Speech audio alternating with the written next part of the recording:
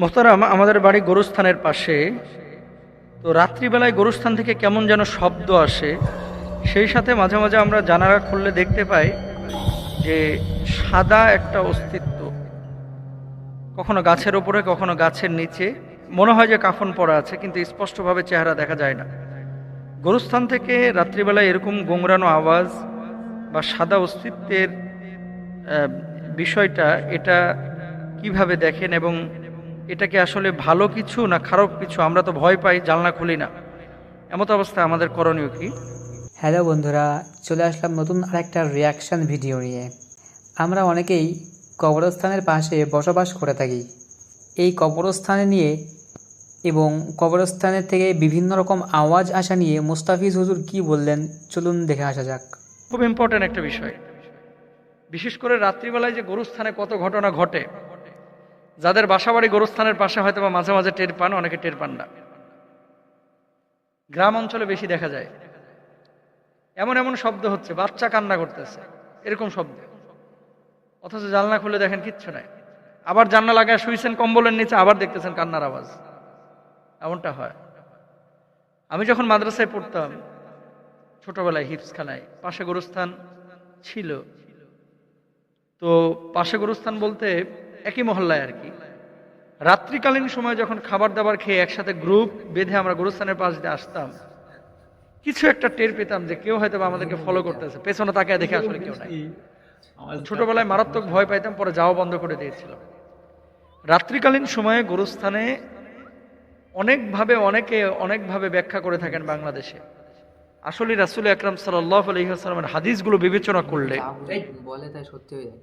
আপনি দেখবেন যে কবরে আযাব এটা সত্য, আপনি দেখবেন কবরের জিন্দেগি এটা সত্য। কিন্তু কবরের মধ্যে লাশ সবসময় কিন্তু থাকে না, কখনো লাশ পচে যায়, মাটি খেয়ে ফেলে, হাড়গোড় পড়ে থাকে। জিনদের প্রধান খাবার কিন্তু হাড়গোড়। এবং জিন জাতি এই সমস্ত, যেহেতু আমাদের বাংলাদেশের ম্যাক্সিমাম কবরস্থানগুলোই কিন্তু অপরিচ্ছন্ন।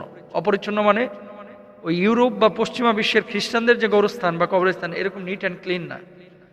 ঢাকা সিটির আজিমপুরে যেয়ে দেখেন না কি অবস্থা। ঢাকার ভেতরে যদি এই অবস্থা হয়, গ্রাম অঞ্চলের অবস্থাটা কি? গ্রাম অঞ্চলে এমনও কবরস্থান আছে, এটারে যদি কাইটিয়া সাইটিয়া পরিষ্কার করা হয়, হয়তো বা 2-3 হাজার সাপ পাবেন ছোট ছোট।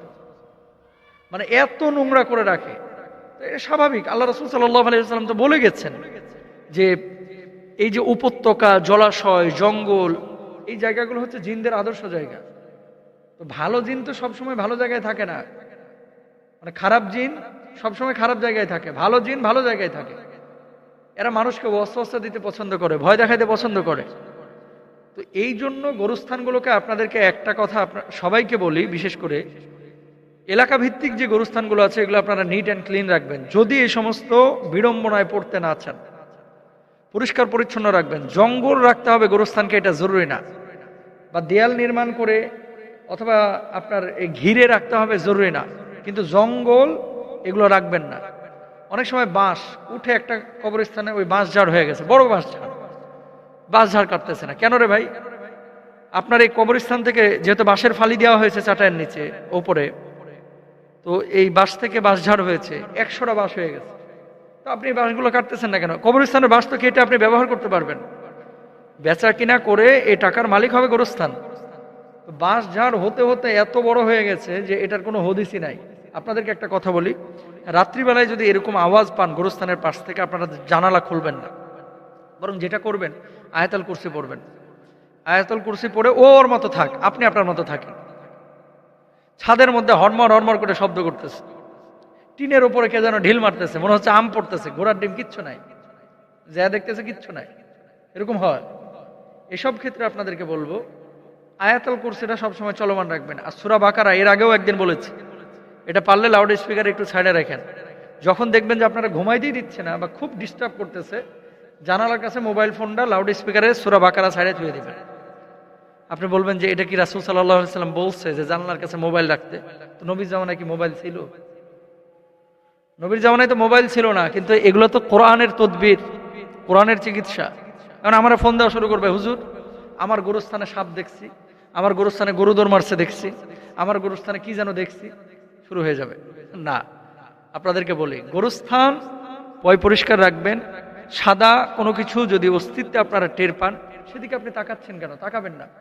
তো গোরস্থানে রাত্রিবেলায় যাওয়ার চেষ্টাও করবেন না। অনেক সময় গর্ভবতী মহিলারা গোরস্থানের পাশ দিয়ে যান, সমূহ সম্ভাবনা আছে ইফেক্ট করার। প্রেগনেন্ট কোনো মহিলা গোরস্থানের পাশ দিয়ে রাত্রিবেলায় এরকম হেঁটে যাবেন না। এবং এটা পরীক্ষিত একটা বিষয়। ওই যে শীতকাল এখন পিঠা বানাবে অনেকে, তেলের পিঠা, ভাপা পিঠা, এই সেই পিঠা, এই পিঠা টিঠা বানায়া তৈলাক্ত জিনিসগুলোকে অনেক সময় ব্যাগে করে নিয়ে গোরস্থানের পাশ দিয়ে যায়। এটা করেন না। বহু মানুষ ক্ষতির সম্মুখীন হয়েছে।